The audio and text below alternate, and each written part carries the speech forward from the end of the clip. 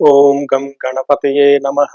స్వర్ణలక్ష్మీ నమస్తే అస్తు పరబ్రహ్మ స్వరూపిణి రాజ్యం దేహి ధనం దేహి సర్వకామాంచ దేహి మే. స్వర్ణలక్ష్మి అమ్మవారు ప్రతి ఒక్కళ్ళకి బ్రహ్మ జ్ఞానాన్ని ఇవ్వాలని చెప్పేసి నేను కోరుకుంటున్నాను. ఎవరికైతే బ్రహ్మ జ్ఞానం ఉంటారో వాళ్ళు చాలా బ్లిస్ఫుల్ గా ఆనందంగా ఉంటారు. అలాంటి వాళ్ళందరికీ రాజ్యం మంచి అధికారాన్ని పవర్ని ఇవ్వాలని చెప్పేసి నేను కోరుకుంటున్నాను. వీళ్ళంతా మేనేజర్లు అవ్వచ్చు, సి లెవెల్ ఎగ్జిక్యూటివ్స్ అవ్వచ్చు, ఎన్ఆర్ఐలు అవ్వచ్చు, ఎవరైనా కావచ్చు. వాళ్ళ వాళ్ళ జాబులో చక్కగా రాణించాలని, అంతేకాకుండా వీళ్ళకి ధనం విపరీతంగా ధనం మీ ఇంటి నిండా నిండుకొని ఉండవాలని చెప్పేసి కోరుకుంటున్నాను. దీనితో పాటు సర్వకామార్థ సిద్ధియే, మీ అందరికీ మీ మనసులో ఉన్న కోరికలన్నీ తక్షణమే నెరవేరాలని చెప్పేసి నేను కోరుకుంటున్నాను. సో అమ్మవారిని చక్కగా ప్రార్థిస్తూ ఉన్నాను. ఈ శుభ మాసంలో మనం ఫిబ్రవరి మంత్ యొక్క రాశి ఫలాలు చెప్పుకుంటూ ఉన్నాము. ఫిబ్రవరి మంత్ లో 2 ముఖ్యమైన విషయాలు మీతో పంచుకోవాలి. ఒకటి, మనకి శుక్ర మూఢము తో త్యాగం అయిపోయింది, అంటే అక్కడతో ఈ మంత్ 13వ తారీఖు అయిపోయిందని. తర్వాత ఏమవుతుంది, ముహూర్తాలు స్టార్ట్ అవుతాయి, పెళ్లిళ్ళు ఉంటాయి, గృహ ప్రవేశాలు ఉంటాయి, శుభకార్యాలు జరుగుతూ ఉంటాయి, జాతరలు జరుగుతూ ఉంటాయి. వీటితో పాటుగా మనకి ఫిబ్రవరి 15వ తారీఖు మహాశివరాత్రి జరుగుతూ ఉంటుంది. అత్యంత మోస్ట్ ఇంపార్టెంట్ అయిన పండుగ జన్మకో శివరాత్రి. మనిషి జన్మ ఎత్తిన తర్వాత ఒక్క శివరాత్రి అన్నా గనక మనం చక్కగా జరుపుకోగలిగితే భక్తిగా సమస్త పాపాలు సమస్త దోషాలు పోతాయని చెప్పేసి శాస్త్రంలో వివరించడం జరిగింది. ఈ రోజును ప్రతి ఒక్కళ్ళు మిస్ కాకుండా చక్కగా సద్వినియోగం చేసుకోవాలని చెప్పేసి నేను కోరుకుంటూ ఉన్నాను. మకర రాశి కనుక చూసుకుంటే, ఈ రాశి వాళ్ళకి ఫస్ట్ ఇందులో ఉన్న నక్షత్రాలు ఉత్తరాషాఢ 2, 3, 4 పాదాలు, శ్రవణ 1, 2, 3, 4 పాదాలు, ధనిష్ట 1, 2 పాదాలంతా ఇందులో ఉంటుంది. పేరు మనం ప్రకారం మనం చూసుకుంటే వీళ్ళకి జా, భో, చా, జీ, జూ, జే, కా, గా, గి అన్న లెటర్స్ అంతా కూడా ఈ మకర రాశిలో ఉంటారని మనం గమనించుకోవచ్చు. ఈ మాసంలో మనకి ఇంకా కొన్ని రకాల ముఖ్యమైన జ్యోతిష శాస్త్రం ప్రకారం ఇంపార్టెంట్ ఈవెంట్స్ జరుగుతూ ఉన్నాయి. అవి గ్రహాల మార్పిడి, గ్రహాల ట్రాన్సిషన్, ప్లానెట్ పొజిషన్ చేంజింగ్ అని చెప్పుకోవచ్చు. ఇందులో మనకి 4 గ్రహాలు మారుతూ ఉన్నాయి. ఒకటి, ఫస్ట్ సూర్యుడు మనకి మారే గ్రహం, ఫస్ట్ మారే గ్రహము బుధుడు 3వ తారీఖు మారుతున్నారు, శుక్రుడు 6వ తారీఖు మారుతున్నారు, 13వ తారీఖు సూర్యుడు, లాస్ట్లీ మోస్ట్ ఇంపార్టెంట్ మనకి 23rd కుజుడు మారుతూ ఉన్నారు. ఈ యొక్క గ్రహాలు మార్పు వల్ల మకర రాశి వారికి ఏ విధంగా ఉంటుందో మనం తెలుసుకుందాం.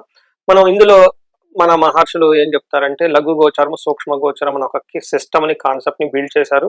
వార్తల్లో ముఖ్యాంశాలుగా వీటి యొక్క చిన్న చిన్న సంస్కృతం మాటలతో ఎలా ఉంటుందో, పదాలతో ఎలా ఉంటుందో వాళ్ళు చెప్పడం జరిగింది. ఈ ప్రకారం మనకి ఏం చెప్తారంటే, ధనం శత్రుపీడం శ్రియం విత్త సిద్ధిం, ధనం శత్రుపీడం శ్రియం విత్త సిద్ధిం, ఇవన్నీ ధనానికి సంబంధించిన మాటలే. అంటే మకర రాశి వాళ్ళకి ఫిబ్రవరి మంత్, మార్చి మంత్ చాలా వరకు ధనంతో కూడుకొని ఉంటుంది. ధనంలో ఉండే చాలా చేంజెస్ అయితే రాబోతున్నాయని గమనించుకోవాలి. అందులో ధనం ఫస్ట్ సూర్యుడి వల్ల ధనం వస్తుంది, బుద్ధుని వల్ల కూడా సంపదలు కొత్త కొత్త ఆపర్చునిటీస్ వచ్చేస్తుంటాయి, శుక్రుని వల్ల విత్త సిద్ధి, అంటే అనుకున్న ధనం అంతా వచ్చే అవకాశం ఎక్కువ ఉందని గమనించాలి. మనకి కుజుని వల్ల కొంచెం శత్రువుల వల్ల ఇబ్బంది వచ్చే అవకాశం కూడా ఉందని గమనించుకోవాలి. సో ఓవరాల్ గా చూసుకుంటే ఒక్కొక్క ప్లానెట్ ఏ విధంగా ఈ రాశి వాళ్ళకి ఉపయోగపడుతుంది, ఎలాంటి చేంజెస్ ఉన్నాయో మనం తెలుసుకుందాం. సూర్యుడు వీళ్ళకి 2వ స్థానంలో ఉండటంతో కొంచెం జాగ్రత్తగా ఉండవాలి. ఎలాంటి విషయాలు జాగ్రత్తగా ఉండాలంటే, హీనత్వం దుష్ట సంసర్గో, అంటే మీకు దుర్మార్గులతో సహవాసం చేయాలన్న ఆలోచన వచ్చేస్తుంది. దుష్ట సంసర్గో, దుష్టులతో సహవాసం చేయాలన్న ఆలోచన వస్తుంది. తద్వారా మానసికానికి శిరోవ్యధ, మనస్తాపానికి గురే అవకాశం ఎక్కువగా ఉంటుంది అని గమనించాలి.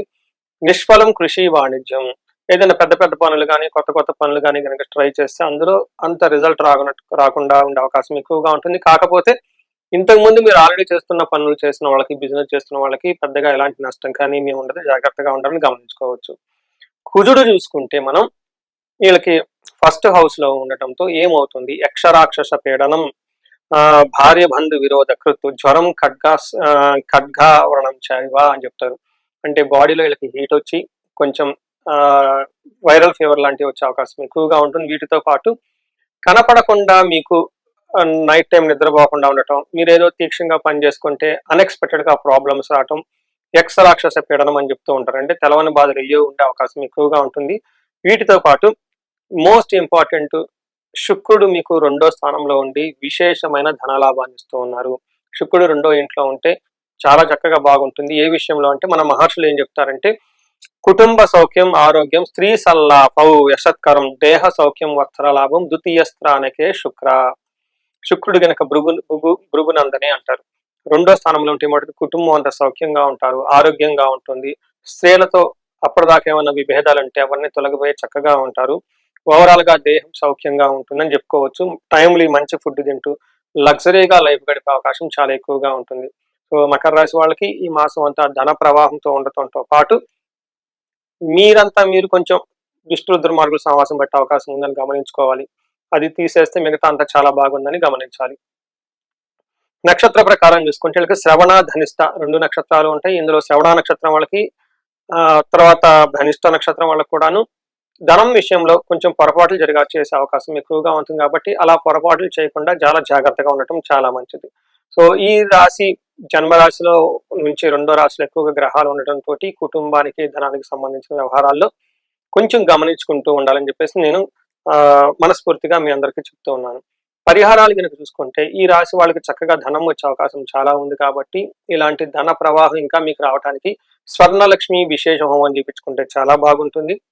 తర్వాత భార్యాభర్తల మధ్య చక్కగా ఉండటానికి అన్యోన్య దాంపత్య పాశుపత అభిషేకము లేదా విశ్వావసు గంధర్వరాజ పాశుపత అభిషేకం చేయించుకోవడంతో పాటు ఎవరికైనా శత్రువుల బాధలు ఇంకా ఏమైనా ఉంటే చండీ హోమం, చండీ పారాయణం, ఇవి కాకుండా హెల్త్ కాంప్లికేషన్స్ ఉన్న వాళ్ళకి మహామృత్యుంజయ మంత్రం హోమము, జపము చేసుకుంటుంటే చాలా బాగుంటుంది. ఇవి కాకుండా ఈ రాశి వాళ్ళకి జనరల్ గా బాగున్న రాశులు ఇది కూడా ఒక రాశి కాబట్టి కొంచెం ధనానికి ఏమైనా ఇబ్బంది పడుతూ ఉంటే కనకదార స్తోత్రాన్ని రెగ్యులర్ గా చదవటం, స్త్రీ సూక్తాన్ని రెగ్యులర్ గా జపం చేస్తూ ఉంటే చక్కగా మీ ఇంటి నిండా ధనం ఉండే అవకాశం ఉంటుంది.